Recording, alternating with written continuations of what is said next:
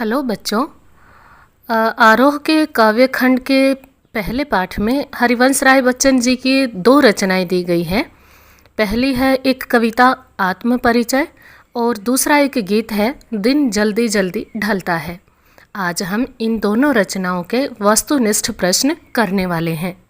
लेकिन ये प्रश्न करने से पहले एक बात मैं आपसे ज़रूर कहना चाहूँगी कि इन कविताओं को यदि आप अपने मन में गुनगुनाकर या बोलकर अच्छे से पढ़ते हैं, याद करते हैं, तो ये प्रश्न आपको चुटकियों में याद हो जाएंगे। सिर्फ ये ही नहीं, अभ्यास के प्रश्न याद करने में भी आपको कोई मुश्किल नहीं आएगी।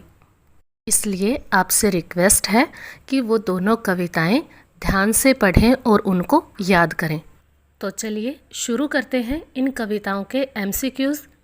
पहला प्रश्न है, आत्म परिचय कविता के रचनाकार कौन है? ये हमें पता ही है। आत्म परिचय और दिन जल्दी जल्दी ढलता है, इन दोनों कविताओं के रचनाकार हैं हरिवंश राय बच्चन जी। कवि किसका भार लिए फिरता है? हमने कविता में पढ़ा था, हरिवंश राय जी कहते हैं, मैं जगजीवन का भार लिए फिरता हूँ। उसी पंक्ति में से ये प्रश्न पूछा गया है, तो इसका उत्तर होगा जगजीवन का भार। कवि जीवन में क्या लिए फिरता है? कविता में हमें एक और पंक्ति मिलती है, फिर भी जीवन में प्यार लिए फिरता हूँ। यानी इस प्रश्न का उत्तर होगा कवि जीवन में प्यार लिए फिरता है। कवि किस सुरा का पान करता है? सुरा का अर्थ होता है मदिरा यानी शराब। यह भी कविता की पंक्ति में से सीधा उठाया गया प्रश्न है।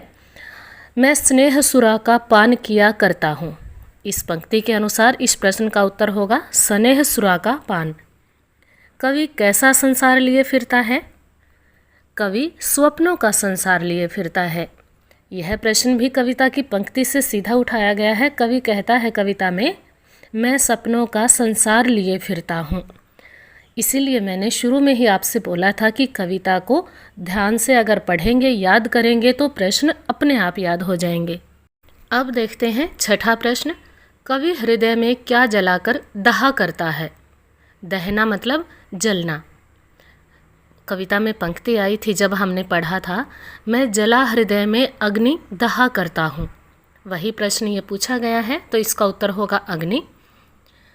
कवि किस अवस्था का उन्माद लिए फिरता है? कविता में पंक्ति आती है, मैं यौवन का उन्माद लिए फिरता हूँ, उन्मादों में अवसाद लिए फिरता हूँ। तो सीधा सीधा उत्तर है इस प्रश्न का यौवन का उन्माद यानी युवा अवस्था का उन्माद। कवि अपने रोदन में क्या लिए फिरता है? फिर से हम कविता की पंक्तियों पर चलते हैं। दो पंक्तियाँ थी कविता में, शीतल वाणी में आग लिए फिरता हूँ, मैं रोदन में राग लिए फिरता हूँ। तो अगले दोनों प्रश्नों के उत्तर इन पंक्तियों से हमें मिल जाते हैं। कवि अपने रोदन में क्या लिए फिरता है? राग। और कवि की वाणी कैसी है? शीतल। कवि स्वयं को दुनिया का एक नया क्या मानता है? कवि स्वयं को, अपने आप को दुनिया का एक नया दीवाना मानता है। अगला प्रश्न है, कवि कैसा संदेश लिए फिरता है? एक बार फिर से इसके उत्तर के लिए हम कविता की पंक्ति दोहराएंगे, जिसको सुनकर जग झूम झुके लहराए, मैं मस्ती का संदेश लिए फिरता हूँ। तो यहाँ से हमें उत्तर मिलता है कवि मस्ती का संदेश लिए फिरता है। हरिवंश राय बच्चन का जन्म कब और कहाँ हुआ था? सन 1907 में इलाहाबाद में हुआ था और इनकी मृत्यु हुई थी सन 2003 में मुंबई में। अगला प्रश्न देखते हैं, मंजिल भी तो है दूर नहीं, यह विचार किसके मन में आ रहा है? यह विचार आ रहा है पंथी के मन में। देखिए, हो जाए न पथ में रात कहीं, मंजिल भी तो है दूर नहीं, यह सोच थका दिन का पंथी भी जल्दी जल्दी चलता है, दिन जल्दी जल्दी ढलता है। तो इन पंक्तियों से हम जान सकते हैं इस प्रश्न का उत्तर। अगला प्रश्न है, दिन जल्दी जल्दी ढलता है गीत किस कवि का है? यह प्रश्न हम पहले भी कर चुके हैं। ये दोनों कविताएं यानी यह गीत और वो आत्म परिचय कविता, ये दोनों हरिवंश राय बच्चन जी की हैं। अगले प्रश्न का उत्तर फिर से उन्हीं पंक्तियों में से है, हो जाए न पथ में रात कहीं, यह सोचकर कौन जल्दी जल्दी चलता है? दिन का पंथी। हो जाए न पथ में रात कहीं, मंजिल भी तो है दूर नहीं। ये दोनों ही पंक्तियाँ, ये दोनों ही प्रश्न वही हैं। यह सोच थका दिन का पंथी भी जल्दी जल्दी चलता है। तो जल्दी जल्दी कौन चलता है? दिन का पंथी। अब आगे 3 प्रश्न एक ही पद्यांश में से होंगे, या 2 पंक्तियां हैं उनमें से होंगे अगले तीनों प्रश्न। वो पंक्तियां एक बार देख लेते हैं। बच्चे प्रत्याशा में होंगे, नीड़ों से झांक रहे होंगे। यह ध्यान परों में चिड़ियों के भरता कितनी चंचलता है, दिन जल्दी जल्दी ढलता है। तो इन पंक्तियों के अनुसार किसके बच्चे प्रत्याशा में हैं? चिड़िया के। और नीड़ का अर्थ होता है घोंसला। अब एक बार प्रश्न 19 छोड़कर 20 वाला प्रश्न देखते हैं।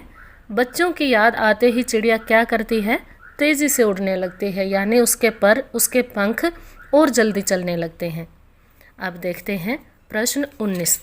घर जाते हुए कवि के पग शिथिल क्यों हो जाते हैं, यानी उसके पाँव की गति कम क्यों हो जाती है। यह प्रश्न हमें अगली पंक्तियों से मिलेगा। मुझसे मिलने को कौन विकल, मैं होऊं किसके हित चंचल। यह प्रश्न शिथिल करता पद को, भरता उर में विह्वलता है, दिन जल्दी जल्दी ढलता है। यानी मुझसे मिलने वाला घर पे कोई भी नहीं है जिसके लिए मैं जल्दी जाऊं, घर पे मेरी कोई भी प्रतीक्षा नहीं कर रहा है। यही प्रश्न, यही बात याद करके कवि के पाँवों की गति कम हो जाती है, यानी उसके पग शिथिल हो जाते हैं। अगले 5 प्रश्न आत्मपरिचय कविता से पूछे गए हैं। संसार के लोग पृथ्वी पर क्या जोड़ते हैं और कवि कैसे संसार को ठुकराता है। इन दोनों प्रश्नों के उत्तर कविता की इन पंक्तियों से हमें मिलेंगे। जग जिस पृथ्वी पर जोड़ा करता वैभव, मैं प्रतिपग से उस पृथ्वी को ठुकराता। यानी संसार के लोग, जग के लोग पृथ्वी पर क्या जोड़ते हैं? वैभव। वैभव यानी अर्थ, यानी धन। और कवि कैसे संसार को ठुकराता है? उस वैभवशाली संसार को, यानी जहाँ पर लोग धन दौलत इकट्ठा करते हैं, उस संसार को ठुकराता है। अगला प्रश्न है, कवि उन्माद में क्या लिए फिरता है। ये पंक्तियाँ हमने पहले भी पढ़ी थी। मैं उन्मादों में अवसाद लिए फिरता हूँ। तो इसके अनुसार इस प्रश्न का उत्तर है अवसाद। उन्मादों में अवसाद लिए फिरता है। कवि ने संसार को कैसा माना है? अपूर्ण माना है यह अपूर्ण संसार न मुझको भाता, मैं स्वप्नों का संसार लिए फिरता हूँ। तो कवि इस संसार को अपूर्ण मानते हैं। कवि ने अपने हृदय में कैसे उपहार संजोए हुए हैं? मैं निज उर के उपहार लिए फिरता हूँ। मैं निज उर के उद्गार लिए फिरता हूँ, यानी उद्गार होता है भाव। कवि कहता है कि मैं अपने हृदय में भाव लिए फिरता हूँ, भावों के उपहार लिए फिरता हूँ। हम देख रहे हैं कि इन दोनों कविताओं में प्रत्येक पंक्ति से वस्तुनिष्ठ प्रश्न बने हुए हैं और ये प्रश्न बहुत बार, बहुत ज़्यादा बार परीक्षा में पूछे जाते हैं। अगला प्रश्न है, कवि सुख दुख में कैसा रहता है? एक समान रहता है, यानी वह ना तो सुख में अधिक खुश होता है और न ही दुख में अधिक दुखी होता है। वह दोनों ही भावों को समान रूप से ग्रहण करता है। इस कविता में पंक्ति आई थी, सुख दुख दोनों में मग्न रहा करता हूँ। जग भव सागर से तरने को नाव बनाए, मैं भव मौजों पर मस्त बहा करता हूँ। इन्हीं पंक्तियों से संबंधित अगला प्रश्न है, भव सागर से कवि का क्या आशय है? यानी कवि भव सागर किसे कहता है? संसार रूपी सागर को। अगला प्रश्न है, मैं स्नेह सुरा का पान किया करता हूँ। इस पंक्ति में कौन सा अलंकार है? स्नेह रूपी सुरा, यानी प्रेम रूपी मदिरा। तो यहाँ पर होगा रूपक अलंकार। एक गीत कविता में कवि ने समय को कैसा माना है? जैसा कि उसका एक गीत का शीर्षक है, दिन जल्दी जल्दी ढलता है। इसी पंक्ति से, इसी शीर्षक से हमें इस प्रश्न का उत्तर मिल जाता है। जल्दी जल्दी ढलता है, यानी समय बहुत जल्दी जल्दी बदलता है, परिवर्तित होता है। तो एक गीत कविता में कवि ने समय को परिवर्तनशील माना है। दिन जल्दी जल्दी ढलता है कविता में कवि हताश और दुखी क्यों है? ये हमने पहले भी पढ़ा था। कवि के घर पर कोई नहीं है जो उसकी प्रतीक्षा करे, उसका इंतजार करे। वह अपने परिवार से बिछड़ा हुआ है, इसीलिए कवि हताश और दुखी है। ये पांचों प्रश्न एक गीत से लिए गए हैं। दिन जल्दी जल्दी ढलता है गीत से। कवि के हृदय में कैसे भाव भरे हुए हैं। हमने पीछे पंक्तियाँ पढ़ी थी। मुझसे मिलने को कौन विकल, मैं हूँ किसके हित चंचल। यह प्रश्न शिथिल करता पद को भरता, उर में विह्वलता है। उर में विह्वलता, उर का मतलब होता है हृदय और विह्वलता मतलब व्याकुलता। यहाँ पर यही प्रश्न पूछा गया है कि कवि के हृदय में कैसे भाव भरे हुए हैं, विह्वलता के यानी व्याकुलता के। दिन ढलने के साथ ही बच्चे कहाँ से झांकने लगे होंगे। ये पंक्तियाँ भी हमने पढ़ी थी अभी। बच्चे प्रत्याशा में होंगे, नीड़ों से झांक रहे होंगे, यह ध्यान परों में चिड़ियों के भरता, कितनी चंचलता है, दिन जल्दी जल्दी ढलता है। तो दिन ढलने के साथ ही बच्चे नीड़ों से झांकने लगते हैं और शीघ्र अपने बच्चों के पास पहुंचने की इच्छा चिड़िया की किस क्रिया से प्रकट होती है, किस काम से, उसके किस हाव भाव से पता चलता है कि उसे अपने घोंसले में अपने बच्चों के पास पहुंचने की जल्दी है। उसकी तेज उड़ने की क्रिया से। हमने अभी पढ़ा था कि चिड़िया के परों में चंचलता भर देता है यह ध्यान, यानी चिड़िया के पर जल्दी जल्दी चलने लगते हैं। दिन जल्दी जल्दी ढलता है गीत में नीड़ों से झांक रहे बच्चों का ध्यान चिड़िया के परों में क्या भरता है, चंचलता है, चंचलता भरता है। आप सोच रहे होंगे कि उलट फेर करके वही प्रश्न उन्हीं पंक्तियों से अलग अलग तरीके से पूछे जा रहे हैं। तो ये इसलिए है क्योंकि परीक्षा में बहुत बार ऐसा होता है कि वही प्रश्न एक साल किसी तरीके से पूछा जाता है, अगले साल वही प्रश्न उलट के पूछ लिया जाता है। प्रश्न वही होता है, बस पूछने का ढंग अलग होता है और कई बार बच्चे उनमें उलझ जाते हैं, उनका जवाब नहीं दे पाते। इसीलिए इनको हर तरीके से आपके सामने रखने का प्रयास किया गया है। अगला प्रश्न है, दिन जल्दी जल्दी ढलता है कविता में दिन का पंथी किसे माना गया है। यहाँ पर दिन का पंथी माना गया है सूर्य को। अगले प्रश्न में है, मुझसे मिलने को कौन विकल। गीत का यह प्रश्न उर में क्या भरता है, विह्वलता। यही प्रश्न हमने पीछे किया भी था दूसरे तरीके से। मैं हूँ किसके हित चंचल। गीत का यह प्रश्न पैरों को कैसा कर देता है, शिथिल कर देता है। यानी ये दोनों कविताएं इतनी महत्वपूर्ण हैं कि एक एक पंक्ति से दो दो तीन तीन प्रश्न भी बन जाते हैं। कवि के फूट पड़ने को समाज ने क्या कहा, छंद बनाना कहा। हमने पीछे आत्म परिचय कविता में पढ़ा था, जब कवि कहता है, मैं रोया इसको तुम कहते हो गाना, मैं फूट पड़ा तुम कहते छंद बनाना। तो वहीं से ये प्रश्न है, कवि के फूट पड़ने को समाज ने छंद बनाना कहा। आत्म परिचय कवि में, कविता में कवि क्या संदेश देता है, यानी कवि का क्या संदेश है, मस्ती का। क्योंकि एक जगह पर कवि खुद कहता है, मैं मस्ती का संदेश लिए फिरता हूँ। तो इस कविता में कवि का मुख्य संदेश है मस्ती। पथ में होने वाले रात की आशंका से कौन भयभीत रहता है, थका हुआ पंथी, यानी दिन का पंथी भयभीत रहता है कि कहीं रास्ते में ही रात न हो जाए। अब चलते हैं अगले प्रश्न की ओर। हो जाए न पथ में रात कहीं। यहाँ कवि किस पथ और रात की बात करता है। पथ यानी रास्ता। यहाँ पूछा गया है कि कवि कौन से रास्ते की बात कर रहा है और किस रात की बात कर रहा है। यहाँ जीवन रूपी पथ यानी मनुष्य के जीवन का जो रास्ता है उसकी बात की गई है, और रात है मृत्यु, यानी मृत्यु रूपी रात की बात की गई है। कवि का संदेश सुनकर संसार क्या क्या करता है। हमने पीछे पंक्तियाँ पढ़ी थी, जिसको सुनकर जग झूम झुके लहराए, मैं मस्ती का संदेश लिए फिरता हूँ। यानी कवि का जो मस्ती का संदेश है उसको सुनकर संसार झूम उठता है, झुक जाता है और लहराने लगता है।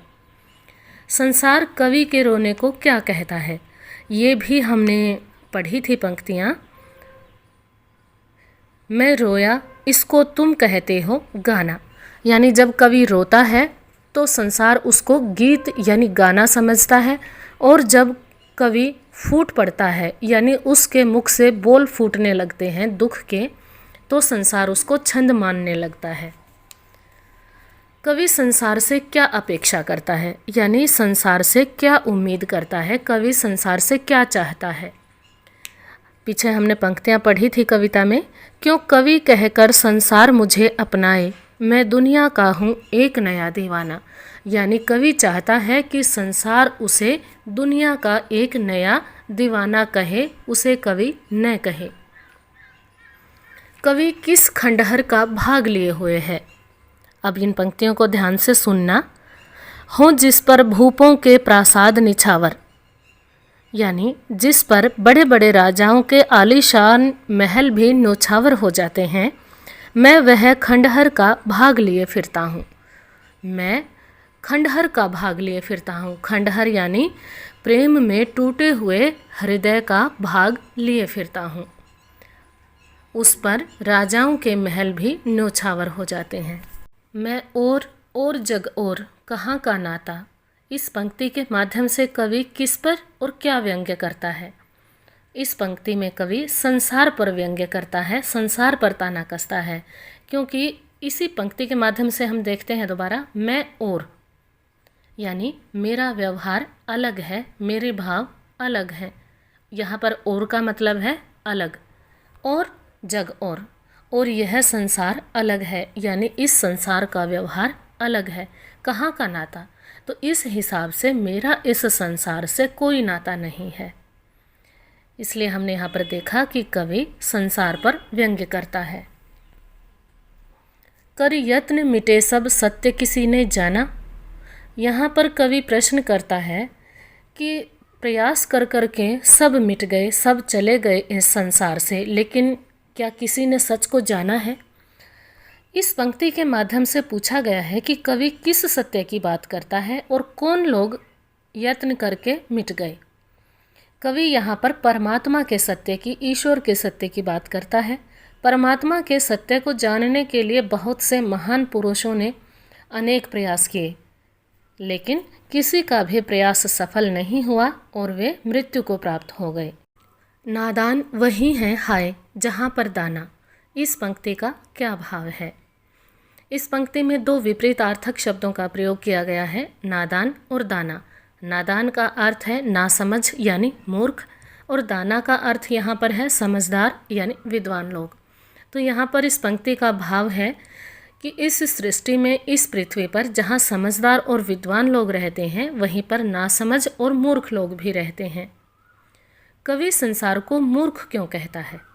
कवि संसार को इसलिए मूर्ख कहता है क्योंकि संसार जानता है कि ईश्वर के सत्य की खोज में बहुत से विद्वान, बहुत से महान पुरुष इस पृथ्वी से चले गए, लेकिन ईश्वर के सत्य को कोई भी नहीं जान पाया।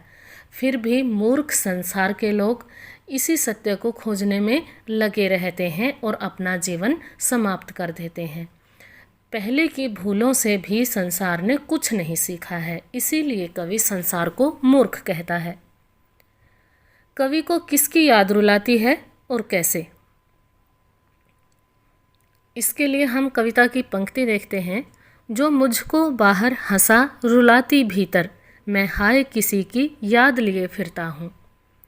यानी कवि के हृदय में जिस प्रेमिका की याद है, वह उसे अंदर से रुलाती है और बाहर से हंसाती है। अगले तीनों प्रश्नों के उत्तर हमें कविता की इन दो पंक्तियों से मिलेंगे। मैं जला हृदय में अग्नि दहा करता हूँ, सुख दुख दोनों में मग्न रहा करता हूँ। जग भव सागर तरने को नाव बनाए, मैं भव मौजों पर मस्त बहा करता हूँ। पहले प्रश्न में पूछा है कवि किस में मग्न रहता है, सुख और दुख दोनों में। कवि कहाँ पर मस्ती में बहता है, संसार रूपी सागर की लहरों पर मस्ती में भरकर बहता है। अभी अभी हमने पढ़ा था, मैं भव मौजों पर मस्त बहा करता हूँ। भव यानी संसार रूपी जो सागर है वह, और मौजों पर यानी लहरों पर। तो संसार रूपी सागर की लहरों पर वह मस्ती में बहता रहता है। कवि अपने हृदय में किस अग्नि को जलाने की बात करता है। कवि अपने हृदय में वियोग की अग्नि को जलाने की बात करता है। कवि को यह संसार अपूर्ण क्यों लगता है? इसके लिए हम कविता की एक पंक्ति दोहराएंगे। है यह अपूर्ण संसार न मुझको भाता, मैं स्वप्नों का संसार लिए फिरता हूँ। यानी कवि को यह संसार नहीं भाता, वो तो अपने हृदय में प्रेम के सपनों का संसार लिए फिरता है और इसीलिए कवि को संसार अपूर्ण लगता है, अधूरा लगता है, क्योंकि यह संसार स्वार्थी है और यहाँ पर प्रेम नहीं है। कवि किसका गान करता है? इसके लिए फिर से हम कविता की एक पंक्ति दोहराएंगे। जग पूछ रहा उनको जो जग की गाते, मैं अपने मन का गान किया करता हूँ। तो इस प्रश्न का हाँ उत्तर हमें इस पंक्ति से मिल चुका है। कवि अपने मन का गान करता है। अगला प्रश्न है, कवि को जग क्यों नहीं पूछता? क्योंकि वह जग का गान नहीं करता, जग की झूठी प्रशंसा नहीं करता, अपने मन की बात कहता है। इसीलिए यह संसार कवि को नहीं पूछता। सांसों के तारों को किसने छुआ होगा? कर दिया किसी ने झंकृत, जिनको छूकर मैं सांसों के दो तार लिए फिरता हूँ। तो इन पंक्तियों के माध्यम से हम समझ जाते हैं इस प्रश्न का उत्तर होगा सांसों के तारों को कवि की प्रेमिका ने छुआ होगा।